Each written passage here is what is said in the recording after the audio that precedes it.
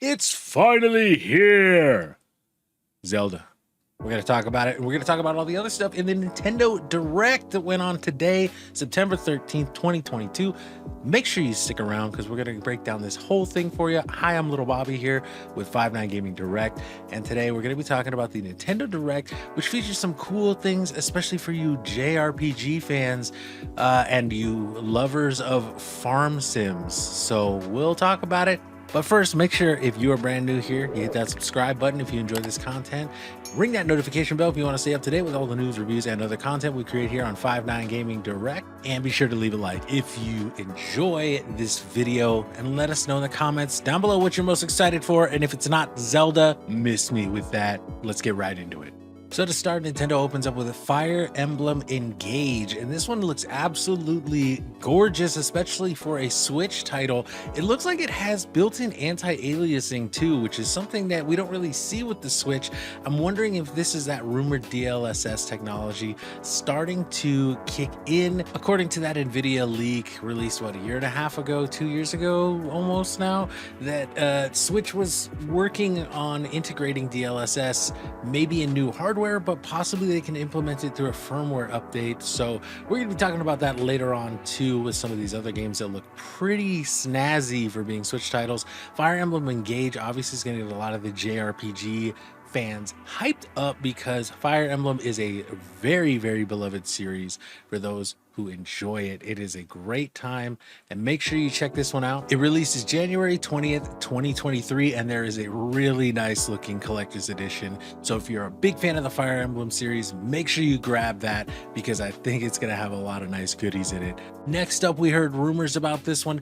It Takes Two is coming to Switch, and this is the game of the year last year. So this is not one, if you're a Switch owner, you haven't had a chance to play it, that you want to miss. This is a Joseph Fares game, and these are awesome games because if you buy one copy, you can play with any friend because you absolutely need someone to play with in these games.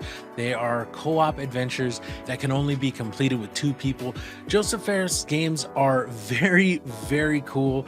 I played A Way Out. I have yet to play It Takes Two, even though I've owned it for the better part of a year, but they are definitely cool games from what I've played. A Way Out was a fantastic time I had with my buddy Dan. We played that together. He owned it. He let me hop into his game, and man, what a time. So It Takes Two, the winner of the game of the year last year, is coming to Switch, and it's going to be available November 4th. So make sure you pre-order that one if you're excited about finally getting It Takes Two on the Switch. I think Switch is going to be a great platform for It Takes Two, especially with the fact that only one person needs to buy the game. You can buy it, invite a friend, and have a great time with a great game. Right after that, we get a short little trailer for Fatal Frame Mask of the Lunar Eclipse. This is Fatal Frame's first time coming to the West. It's going to be available early 2023.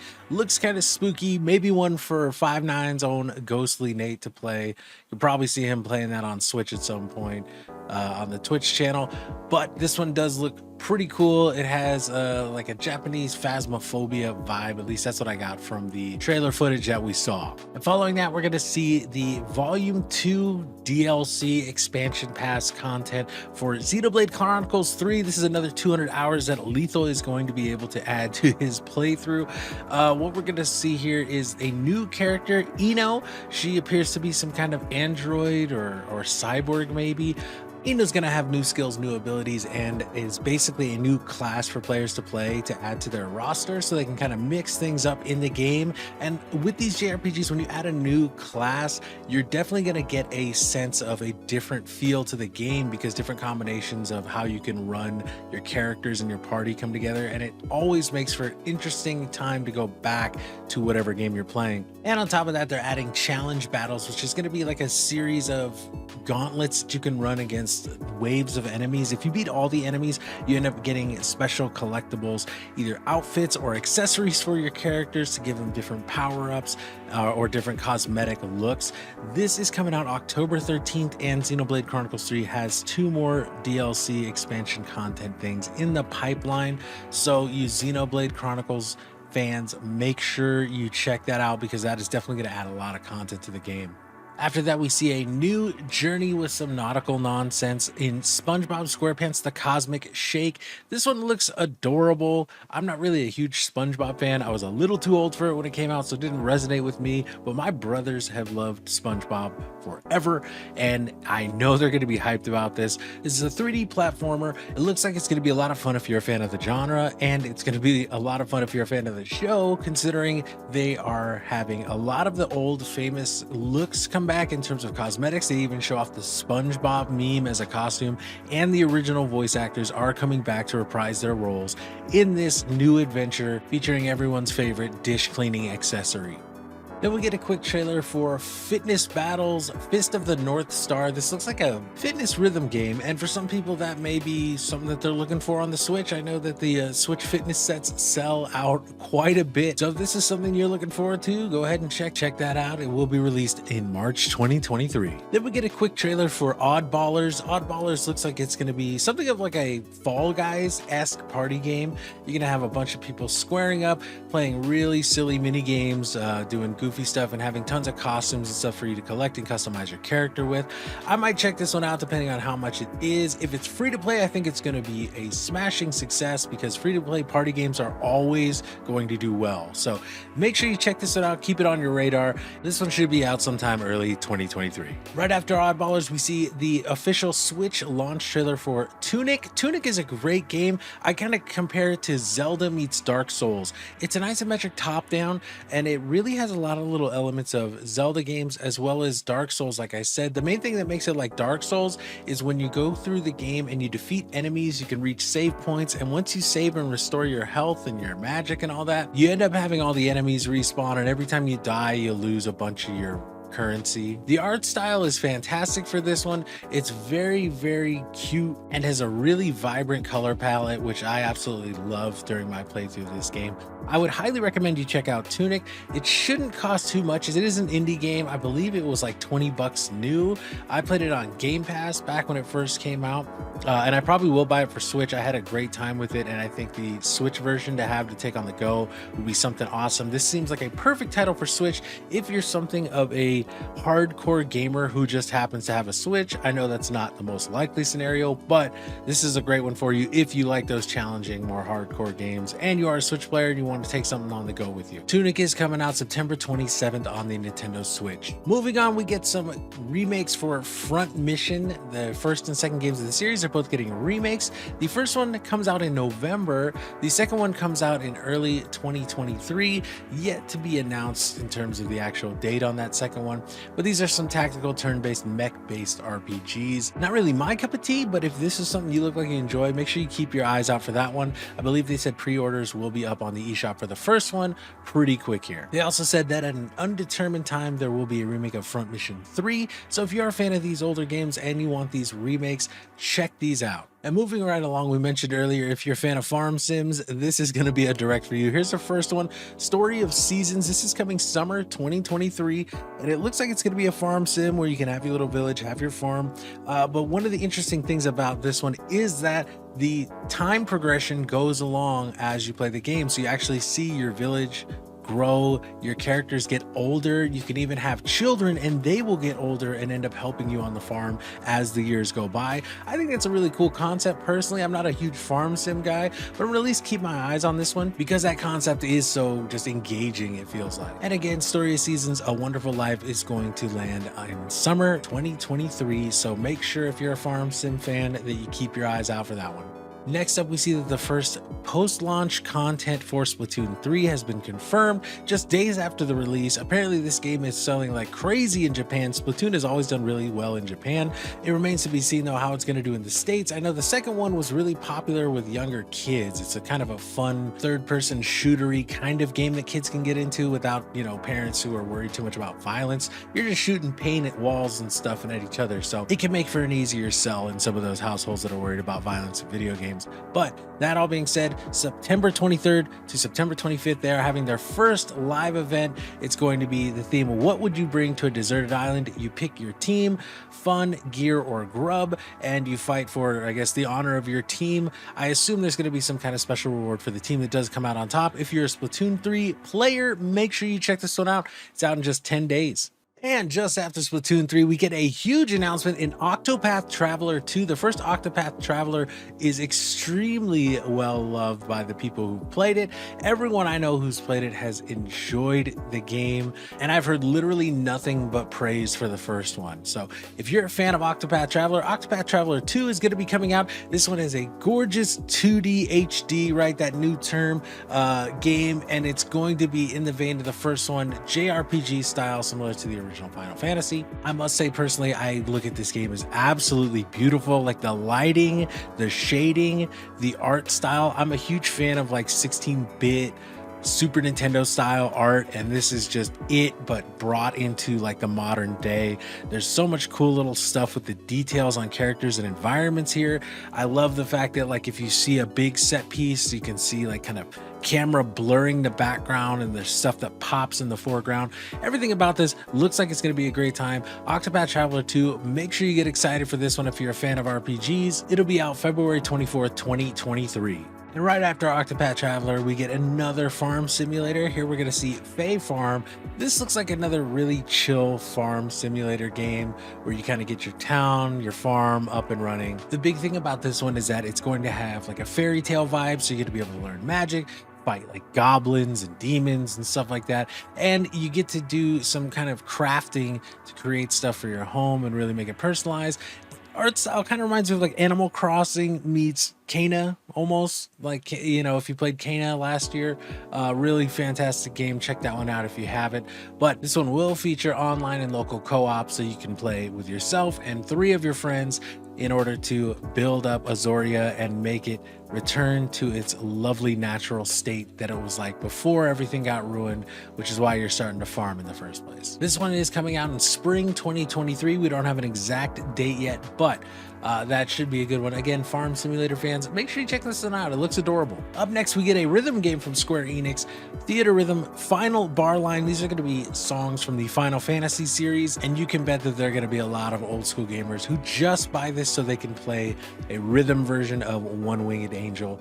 I think this looks really adorable. It looks like a lot of fun. Rhythm games are kind of making a little bit of a comeback. They kind of died off after like Rock Band and Guitar Hero several years ago, but in the last couple of years we've seen a resurgence of them a little bit, and I think this is a pretty cool announcement, especially from Square, who do kind of closely guard their music. So this is a way to give fans of Square games access to the music and a way to interact with it in a whole new way from a franchise that has such fantastic scores to almost every one of their games. I think this is an absolute W for Square Enix. This game is going to have 385 songs separated by game. They say that you can kind of go through the story of the games through the music, which I think is also very cool to people who have never played Final Fantasy before.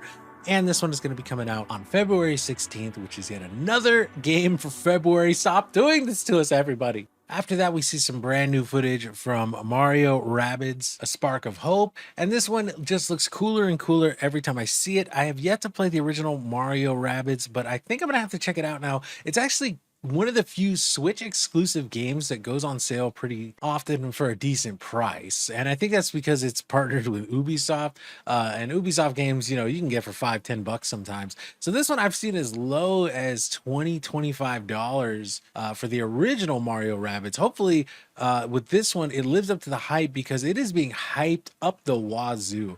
So this gameplay footage that they released today looks amazing. I'm hoping this one's a lot of fun. And that one's coming in just over a month, October 20th, 2022. After that, we get a quick peek at Rune Factory 3. This is a remaster coming to the Switch. And there's also the announcement of a new Rune Factory series being in development.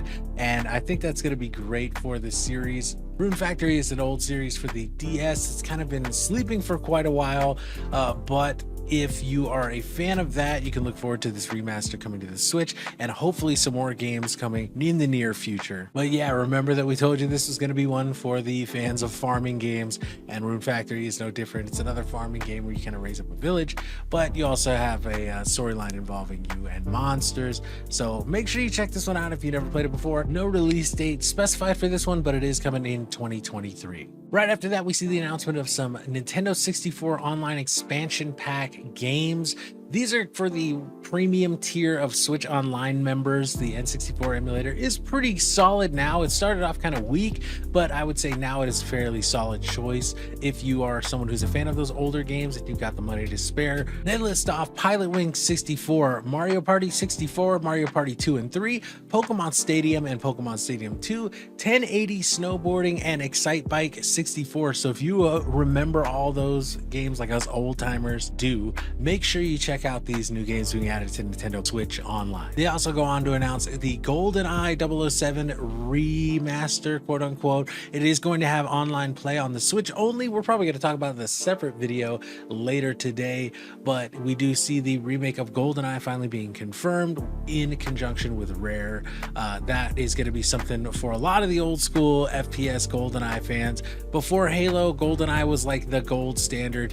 It lasted until Halo came out as the premier shooter to play with friends, and I think this is a great thing for nostalgia. But having played GoldenEye 007 not that long ago, maybe a year and a half ago, I think a lot of people are going to be in for a rude awakening as to how weird and awkward the controls in that game actually are. But we'll see when it comes out what people think. And here's one by Square Enix that we're going to look at next. Various Daylife. They made this announcement and it's going to be releasing today. This looks like a very immersive RPG. They say that you can go in, do different kinds of things around the town that you live in, increase your access to different types of jobs, which will then in turn increase the access to different types of quests and things you can do, eventually leading you off onto a grand adventure. I'm going to be keeping my eyes on this one because this seems like a really cool idea, that you really build up everything in your town and then set out on a quest. If that's actually how it works, I'm hoping this one gets some decent reviews because that sounds like an interesting one. Various Daylife is out today, September 13th, 2022 on the Nintendo Switch. We then see a quick glimpse at Factorio. Factorio is a management sim where you kind of have to build up your resources in order to repair your rocket. And while doing all that, you have to defend the production lines that you create against the hostile creatures that attack you from all sides of the planet. This one is going to be coming out October 28th. After this comes another interesting game, Ib. This one's about a character walking through an art museum. She eventually gets drawn in by a particular piece of art that pulls her into like a nightmarish hellscape world. This is kind of a bold title, especially with like the art style they're going with. I think this looks really interesting and could be one of those indie gems. I'm gonna watch this one to see how it's reviewed and check it out if it's getting good looks at first. This one's coming out in spring 2023. After that, we see a free update with Mario Strikers, and this is the second free update. It's going to include the character Pauline and Diddy Kong. Pauline is a very strong character and Diddy Kong is a speed-based character, so these two are going to add a little more to your Strikers catalog in terms of characters that you can use and utilize with your teams. There's also going to be some new gear for you to collect and a new stadium to play in. This update is going to launch later this month, September 2022. After that, we see another JRPG, an Atelier Ryza 3. This one looks gorgeous. It very much has that Genshin Impact Breath of the Wild world art style. Very, very beautiful. We see big sprawling worlds here. Obviously, we have the traditional kind of anime style design for the characters that has become so popular in the JRPG genre. I think this one looks fantastic, and JRPGs, if you are a fan of those, this might be one that you want to check out. Atelier Ryza 3 comes out February 24th, 2023. After that, we get a quick glimpse of the Mario Kart 8 Deluxe Booster Course Pack Wave 3 coming out. A couple new courses coming from the old Nintendo 64 and DS systems. If you own Mario Kart 8 Deluxe, you probably already know about this, but we thought we'd throw it in. We then get an announcement that there's going to be golf coming to Switch Sports, which I think is pretty cool. There's also survival golf, which I think is going to be a great time with friends, especially in a party setting. I think this will be a whole lot of fun. Make sure if you're an owner of Switch Sports, you check this one out and check it out with some friends. After that, Shigeru Miyamoto himself, the legend, comes on to introduce a franchise that has been long dormant in the Nintendo category, and unfortunately for Talon, it is not the one that we were all hoping for. Everyone had heard rumors about Metroid Prime remaster being announced this time, but it looks like Pikmin 4 is coming. So if you're a fan of the Pikmin series, I know a lot of people loved that back in the day. If you're a fan, Pikmin 4 is coming. There's also going to be a mobile game, and you want to make sure you check this one out. It looks adorable, just like Pikmin always has. And if it's anything like the old Pikmin games, it should be a good time. Coming after that, we get a short announcement for Just Dance 2023. This one's coming again. Just Dance comes of just about every year, so make sure if you're a fan of the series, you grab this new one. It looks like it's going to have a lot more different songs and routines that you can work on.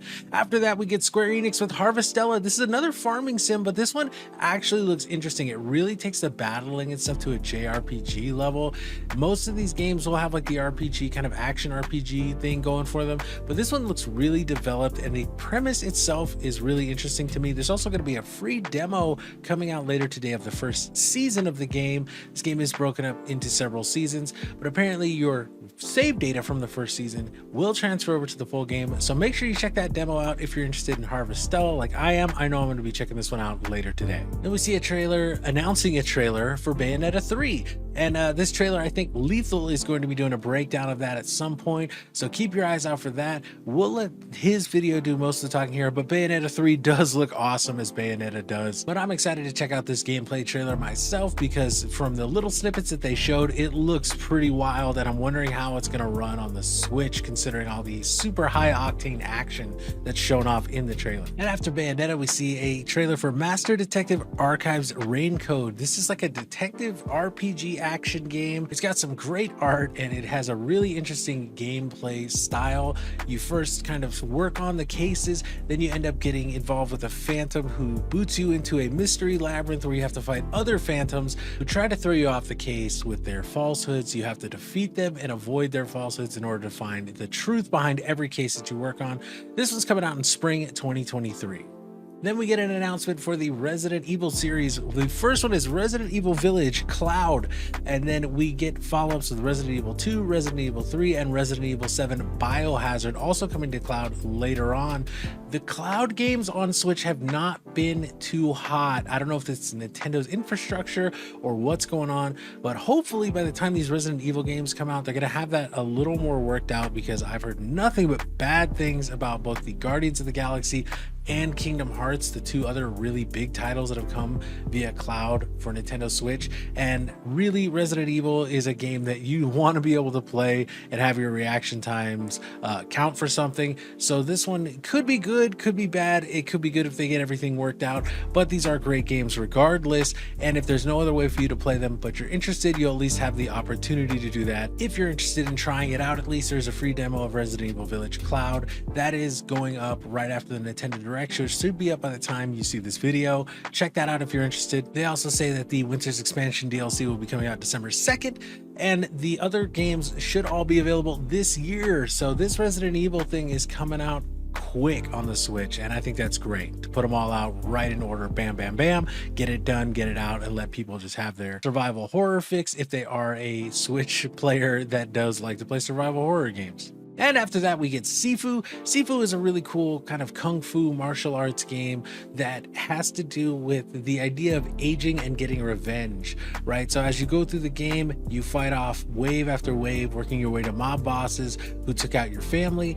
As you go through, when you die, you get older as you're resurrected. And when you get older, you get more powerful physically, but you have less life force to draw from. And it kind of makes sense. You gain that experience, but you're not quite as young as you used to be. Trust me, if you're not getting there, you will soon. Sifu got really solid reviews when it came out. Not the greatest reviews ever, but like 7s and 8s across the board, which I feel is like perfectly fine.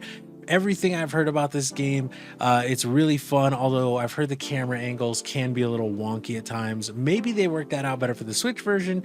We'll have to see, but this one's coming out November 8th. After that, we see Radiant Silvergun. This is an old arcade shooter, 2D vertical space shooter, kind of in the vein of like Galaga, things like that. Really great old school game. Make sure you check this one out if you're a fan of those. It's a really solid title, and there's not much more I could say beyond that. I mean, it's a 2D vertical space shooter. You just shoot things that appear in front of you. And after that, we get a big announcement. Final Fantasy VII Crisis Core Reunion is coming out December 13th. This one is huge because it is not a cloud version, which I thought it definitely would be. This looks like a huge game for the Switch to have, but I think this is going to be great. I know Talon is not going to buy this because he's worried it's going to run at 15 frames. Even though he loves Crisis Core, I know he's going to get it on PS5 or PC. But if you are a Switch owner and you want to keep up with the Final Fantasy series, here's your chance with Final Fantasy VII Crisis Core Reunion. So make sure you check that out. That's coming out on December 13th. And then we get Endless Dungeon, a new roguelike from Sega. Roguelikes are awesome, in my opinion. I love these types of games, so I'm going to be keeping my eye on this one. They say there are procedurally generated levels, basically like every roguelike, right? But there's also endless waves of enemies. You can complete quests to unlock new characters, and that will make sure that your team is always having some new play style to play with and new gear to collect as well on your runs through this roguelike. Keep your eyes on this one. Looks really cool so far. Then we get a remaster of Tales of Symphonia. This is another JRPG. I've never played this one, but personally I've heard nothing but good things. So many people I know have raved about this game over the years, and it's finally getting a remaster for Nintendo Switch. This one is coming out early 2023. The penultimate announcement ends up being Kirby Return to Dreamland Deluxe. This is a remaster of Kirby's Return to Dreamland. I believe that was a Wii title, but that was a really fun game, and this one's going to have multiplayer co-op that you can play with friends. So make sure if you've got friends and you love Kirby, you pick this one up so you can play it together. Kirby's always a good time. I remember playing the original Kirby on Game Boy, Kirby's Adventure, Kirby's Epic Yarn, all these games, and I haven't played the new one yet. Talon reviewed it, so check out that review if you haven't seen it yet. We'll link it up in the top right. But other than that, there's not much to say other than this is a gorgeous remaster of an old classic Kirby game. And finally, the big dog announcement of the day is that we finally have a release date and a title for the Legend of Zelda Breath of the Wild sequel. This game is going to be called The Legend of Zelda Tears of the Kingdom, and I personally am so hyped. As someone who built my YouTube channel personally off of Zelda Breath of the Wild, I cannot wait for the sequel. It's going to be 6 years since the original Breath of the Wild for them to come out with this sequel. We see some brand new mechanics at play here. There's like a big lift system, it looks like, for Link to get up to the sky, which kind of explains how we're going to do traversal from the sky to the ground. Remember in the initial trailers, we saw the Skyward Sword kind of skydive thing. We see that again here to open this one up, but we also see Link land on this giant stone manta ray thing. There's not a lot of footage here. It is very cryptic, and I will probably do some kind of deep dive later on about this trailer, and especially the hieroglyphic kind of like cave etching drawing thing we see in the beginning.